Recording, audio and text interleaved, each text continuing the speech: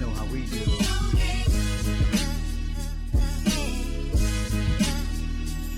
You're listening to Free Zone Matthias, aka Mr. 16 Bars. That's real hip hop.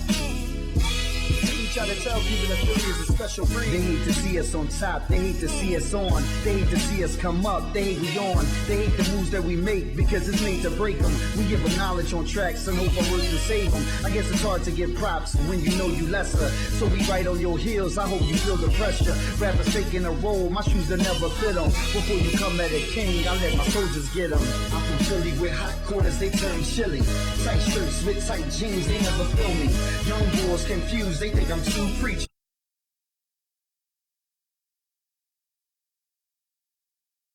When I was a little boy, my father made my mother cry. When I was a little boy, my father beat my mother. My father stabbed my mother. My father pointed his gun at my mother. When I was a little boy, I wanted to defend my mother. I wanted to fight my father. My mother told me I could not fight my father. My mother told me I could never fight my father. My mother told me to be a better man. I listened. When I was 12 years old, my father shot and killed my mother. For 30 years, I hated my father. For 30 years, I hated myself. When I was 45 years old, I went to my father's house to kill him. I wanted to beat him. I wanted to stab him. I wanted to shoot him. When I got to my father's house, my mother was there waiting for me. She said, "Don't beat him. Don't stab him. Don't shoot him." She told me I could not fight my father. She told me I needed to be better. We're now joined by Ulysses Butch Slaughter,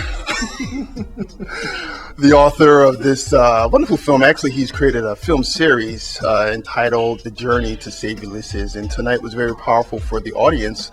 You took us on a journey of your life and your father and forgiveness, because unfortunately, your mother was a recipient of domestic violence. Right. Unfortunately, your father murdered your mother. So let's talk about how you found the strength to forgive your father. Well, let me say that I think that I always had the strength. The question was I going to use it, right? I had a choice, and it was a difficult choice to make, because we're taught, me and a lot of other people are taught about revenge. We're taught, if somebody hurts you, hurt them back. If somebody hurts you, don't forgive them. Forgive, don't forget. We're taught a lot of different things around forgiveness. And I was always taught, even though I didn't like it, I was always taught to be a better man. And as I said during the presentation, my mother was clear. She said, you are not a better man, but you can be a better man. So my journey was, the undercurrent of my journey was that message of be a better man. You're going to be confronted with all kind of stuff. You're going to have all kind of questions, and you can make a choice about how you're going to deal with the stuff that you come up with, including your father. So, the journey was difficult, man. There's no easy way to go through a situation when you're dealing with your dad, who is still alive. Your mother is gone because of your father's action. No easy way to deal with that. But I'm glad, I'm glad I can stand here and laugh with you right now. I'm glad that I made the decisions that I made. Made me a better man, made me a better father, made me a better friend. Forgiving does that for a lot of people, and I'm glad I had an opportunity to go through that process. And you mentioned the journey, which has taken you to and through the Dr. Phil show, and you had a chance to speak with your father and see him face to face.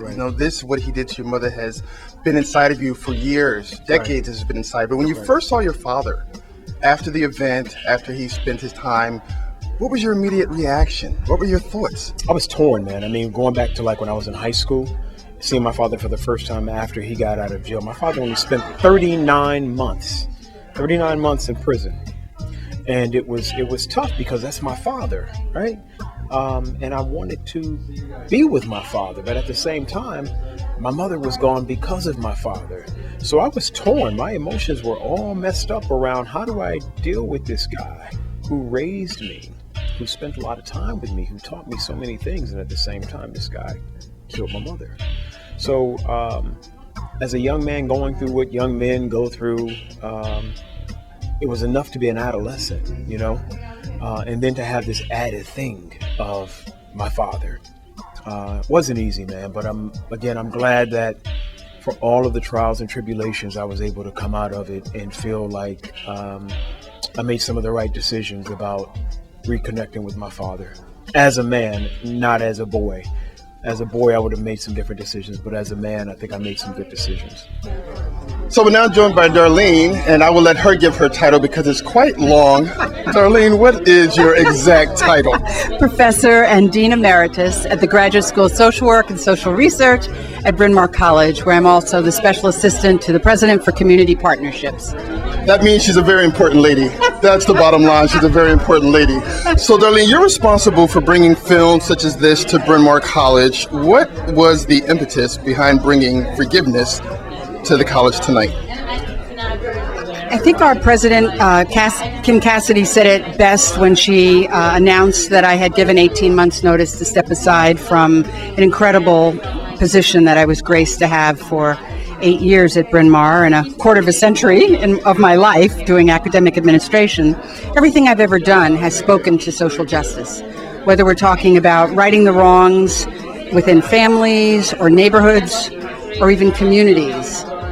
Everything I've done has been to try to create a space where everyone knows that they are valued and valuable. And it sounds so simple, but it's so hard to create these kind of spaces, particularly in a world where people are fear-bound and where people are looking at one another as the other instead of as us.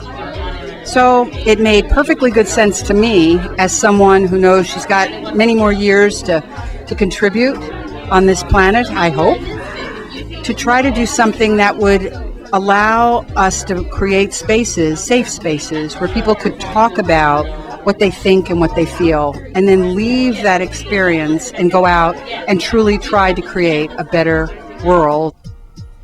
I'm Ron Gladys, and this is my wife, Mariah Gladys, who is the founder of the Pennsylvania Gestalt Center for Psychotherapy and Training. She'd like to talk about the weight that gets lifted when you forgive.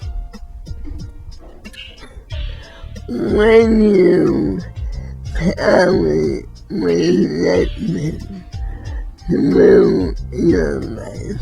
When you carry resentment through your life, You are carrying a weight. you are carrying a great weight. It's difficult physically and emotionally. It is difficult physically and emotionally. And when you put down this great weight, And when you put down this great weight, you experience a new kind of freedom. you experience a new kind of freedom. And actually, all the happy hormones run through your body. And actually all the happy hormones run through your body. Oxytocin, Oxytocin, serotonin, serotonin, dopamine. you're showered with good feelings. You are showered with good feelings. Finally, Finally, you needed yourself to arrive at forgiveness. you needed yourself to arrive at forgiveness. At this journey to forgiveness, After this journey to forgiveness, which often takes a long time. which often takes a long time. We're now joined by Rabbi Bowen. She is the rabbi of Temple Bethel out in West Oak Lane, but she made it all the way out to Bryn Mawr to be a part of the evening, and she brought her unique perspective of forgiveness from a spiritual point of view. And one of the interesting things that you said is that forgiveness is a choice. So let's talk a little bit about, after you make that choice, how do you do it? What are the steps after you've made that choice to forgive? Well, there is no one way to forgive. Every forgiveness is a result of the situation that has evolved. You have to understand the offense, what caused the offense, who was the offender, and then you have to internalize that and figure out what would you need to do in order to make it better. And once you determine that and you make the choice to let it go, then forgiveness can happen. You also mentioned that forgiveness is not reconciliation. Absolutely. It is not reconciliation. So let's touch on that a little bit. Sometimes once you forgive, you need to move on with your life. Sometimes to try to establish a relationship with the offender will be more painful, will open up new wounds, and probably be counterproductive. And the important thing to do is to make sure that you have forgiven them, and then if it is somebody that you love and care about, and there is a door open that you can establish a relationship, then you reestablish the relationship. But if you find out that that relationship would be toxic or would be more hurtful in the long run, then you just let it go. And as I like to quote, John Kennedy says, always forgive your enemies, but never forget their names. Always know who it was that offended you so that you make sure that it doesn't happen again. Understood. We don't want that offense to happen again. Absolutely. You also touched on some positive things of forgiving others. So give us some of those positive attributes. What can happen to us physically, mentally, emotionally once we forgive folks? Well, the study shows that as long as you are holding a grudge, the person who has offended you is holding power over you. And once you determine your choice, once you determine that you're going to let it go, that you're not going to allow that to bother you anymore, then you now have taken control of your own life, and that no longer has power over you. And when you are holding a grudge, it can affect you physically, mentally, cause your blood pressure to go up. It can stop you from living in the future and keep you always in the past. And when you forgive and let go, now you can move forward with your own life. I did say that your title is Rabbi Deborah Bowen, and those of you who are watching me want to take a double look. Rabbi Deborah Bowen, who's an African-American female, she is the leader of Temple Bethel, as I mentioned, Congregation Temple Bethel in West Oak Lane. Tell us a little bit about Congregation Temple Bethel and what people can expect to experience when they come on a Sabbath. Well, Congregation Temple Bethel is a wonderful place. We are a community. I think we're a microcosm of the tribes of Israel. There were 12 sons and 12 families, but they were one tribe. They were Israel, the people of Israel. And in our community, we have several large families. But when we come together, we are Israel. We're Congregation Temple Bethel. It's a community. We look out for each other. We love each other. We share things. And most of all, we enjoy worshiping with each other. It's a very lively community. We have more young people than we have old people.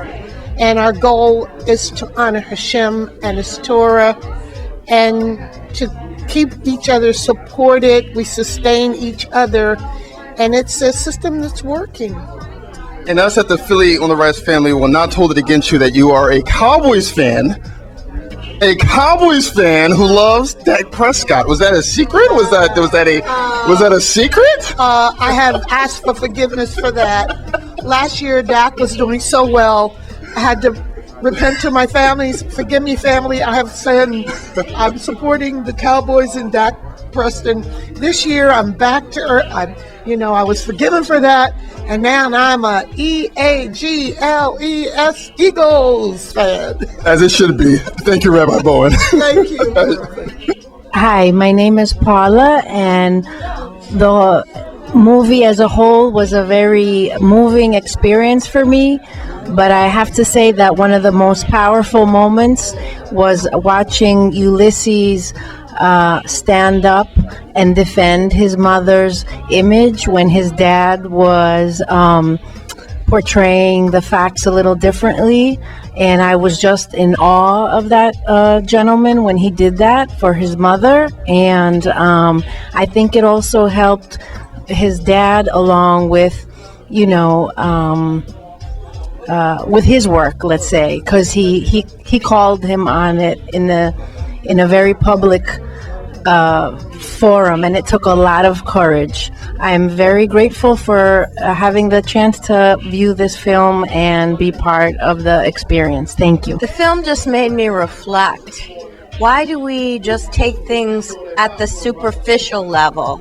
Why don't we think deeper about things? Take a minute, take a breath, take a pause, pay attention. How you doing? My name's Earl Bowen. I really enjoyed the movie today. Very uplifting. Learned a lot. Touched on a lot of good topics. Patience, time, love. It was a great film, and I really enjoyed myself. That real hip hop. I know how we do.